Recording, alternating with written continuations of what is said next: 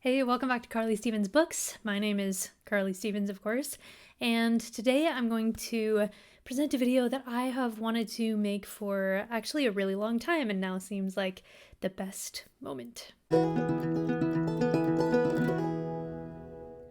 So you're probably aware, but Netflix recently came out with a Lockwood Co.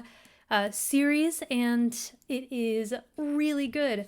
You know, it's always a crapshoot with these book to movie or book to show adaptations. Sometimes they go terribly, terribly wrong, but in this case, I think they did a lovely job. I have wanted to talk about what Lockwood and Company taught me about writing for a couple years, actually. I read Lockwood & Co. in 2019, I want to say, the whole series, and I was just so utterly charmed and impressed by the series for a variety of reasons that I wanted to share what lessons you can glean from this series. So here are a few things that Lockwood & Co. taught me about writing and storytelling. First one is that setting is a character. Of course, your characters are characters, but the setting itself is a character as well. It should have a grounded sense of place. If you think of your favorite book, to one degree or another, the place where it's set is its own character, its own entity. It adds to the feeling of the entire thing. So Lockwood & Co. is about an imaginary version of London where ghosts have taken over the streets and the touch of a ghost can kill someone. So it's become extremely dangerous to live in London. And the only people who are really sensitive to the presence of ghosts before that fatal moment when they touch you is children, kind of like high-pitched noises. When you're older, you stop getting that sensitivity. So there's a curfew for adults, and the younger generation, children and teenagers, are the front line of eliminating what they call the problem. So the story centers around Lockwood & Co., which is a very small agency of people who take care of those ghosts. Now, London in this story is definitely a character. It's very atmospheric without being heavy-handed about it, but it just feels like it could not have taken place anywhere else, and I think the show did quite a nice job with this. In particular, 35 Portland Row, which is where Lockwood & Co. is headquartered and where the three main characters live, is just one of those places where you want to be there yourself.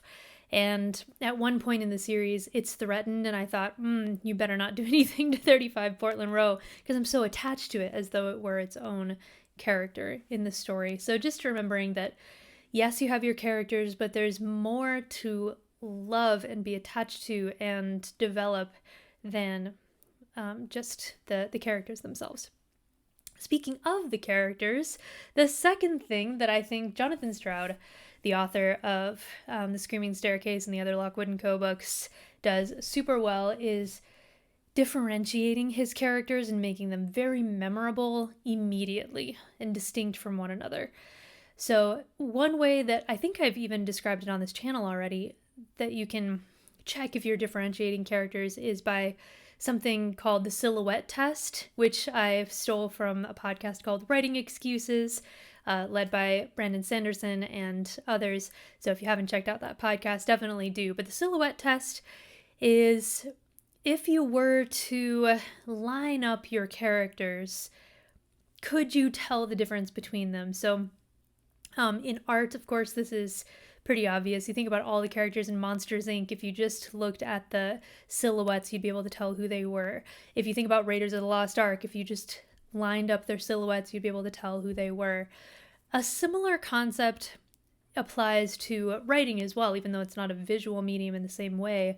Can you tell within a couple of lines which character is which? Do they have distinct voices? Do they look and sound and are they different enough that you can pass that silhouette test?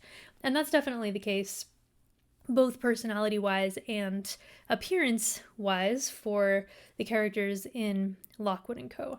You have Lucy Carlisle, who's our protagonist. She is the newest member of the Lockwood Co agency, and she is extremely talented, tenacious, spunky, but just very lovable. She is the most relatable one, intentionally so. She's kind of our gateway into this crazy world of ghosts and ghost hunters and everything. And then you have Anthony Lockwood, who is very tall, thin. He wears this long overcoat, and he is almost recklessly gung-ho about catching these ghosts. He doesn't have as much of a filter as Lucy does. So in the very first chapter of the book, Lucy reminds him not to do any impressions of the clients in front of them, because that's gotten them into trouble before. Don't get into fights, all these things where you can see that he has less of a sense of some of that social stuff, but he's very, very passionate about his job and what he's doing. He's the leader of the group. And then there's George Cubbins, who in the show is George Kareem, I think is how they changed that last name. In the book, he is a super pale, pudgy, off-putting, just white kid that you don't like at the beginning. But then as time goes on, you see that he actually does have these valuable strengths. He's very intelligent. He can stick with a problem, and he's more the research side rather than the boots on the ground side of the agency. And he's very, very good at what he does. And it turns out that deep down he does care deeply for his friends, and he just has very little in terms of social skills. So it takes a while to warm up to George, but once you do, then he's this integral part of the gang. And so just with those three, you can tell that there is this pretty vast difference in personality and lots of opportunity for give and take, and some interesting situations with the three of them. And of course, there's a bigger cast that surrounds them over time, but really the story centers around those three for the vast majority of the series. So silhouette test. The next thing that Lockwood Co. taught me about writing is to integrate your surprising element. So I'm talking about if you write fantasy, sci-fi, alternate history. This one's more of an alternate history with magical elements, but integrate whatever that is. Let me give you an example. So we have these ghosts, right? And we know through the course of the story what sorts of things repel the ghosts, what sorts of things draw the ghosts, and who they tend to attack, what are the dangers, etc. And from there, Jonathan Stroud has extrapolated widely to have London adjust to all of these changes. So it's not like these ghosts exist in a vacuum and there have been no societal changes this entire time. Instead, in front of important buildings, for example, there will be running water. There are little grooves in the streets prepared with running water, because ghosts, for the most part, can't cross over running water. So it's an additional protection measure.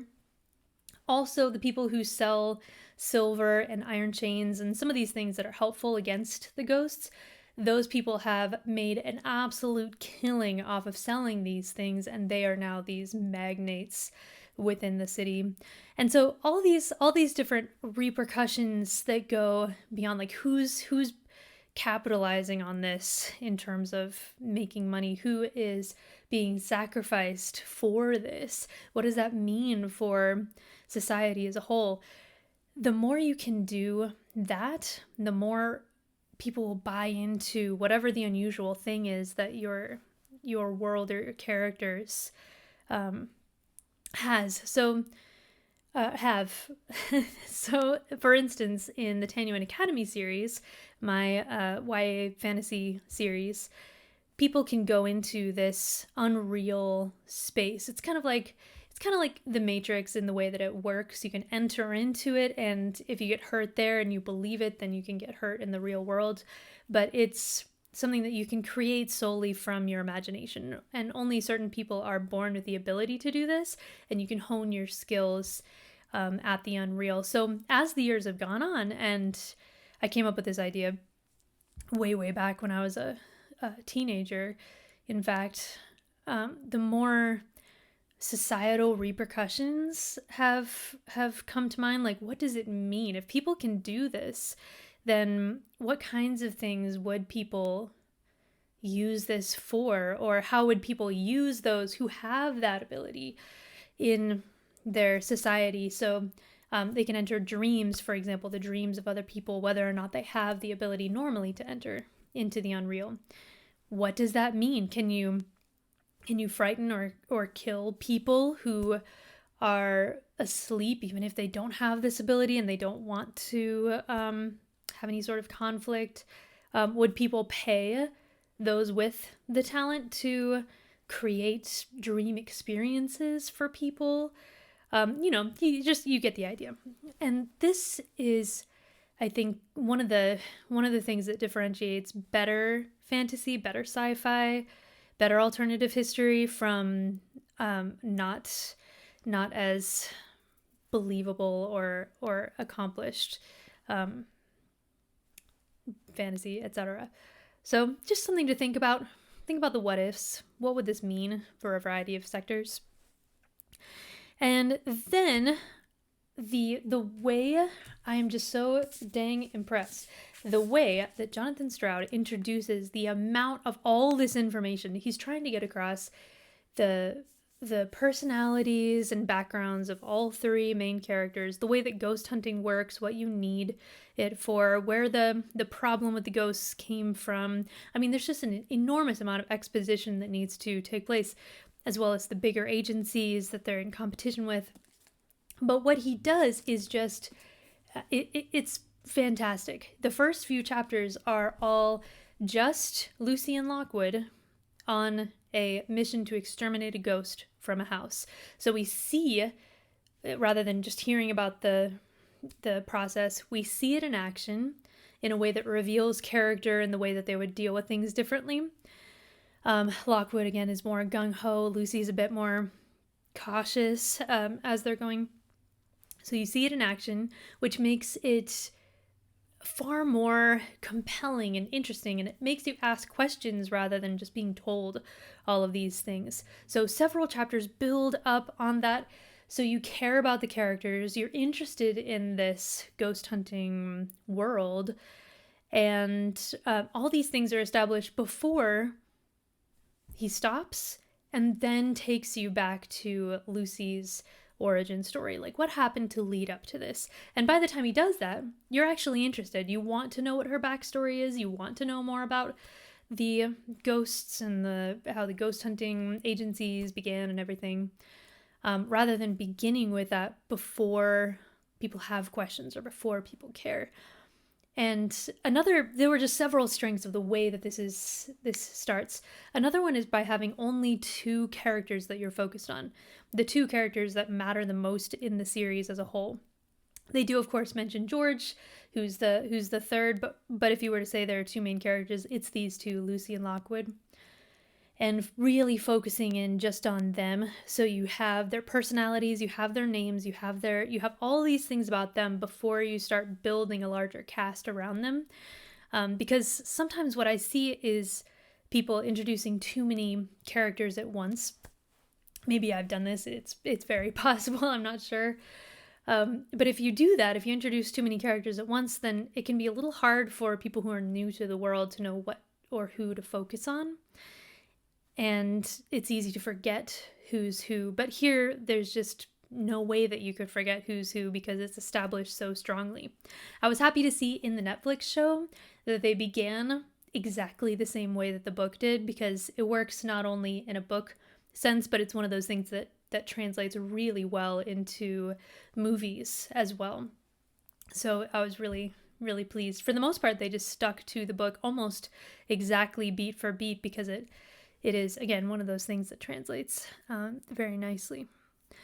So that is what Lockwood Co. taught me about writing and storytelling.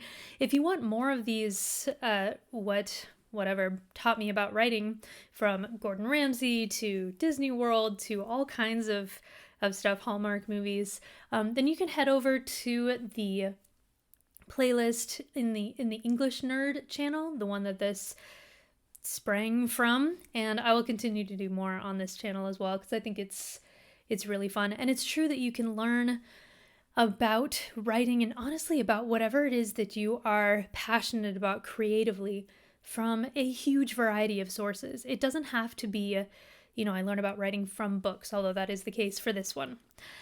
It can be anything, really, if you're paying attention and if you're curious. So stay curious. Make sure to subscribe for more of this style of content, and I'll see you next time.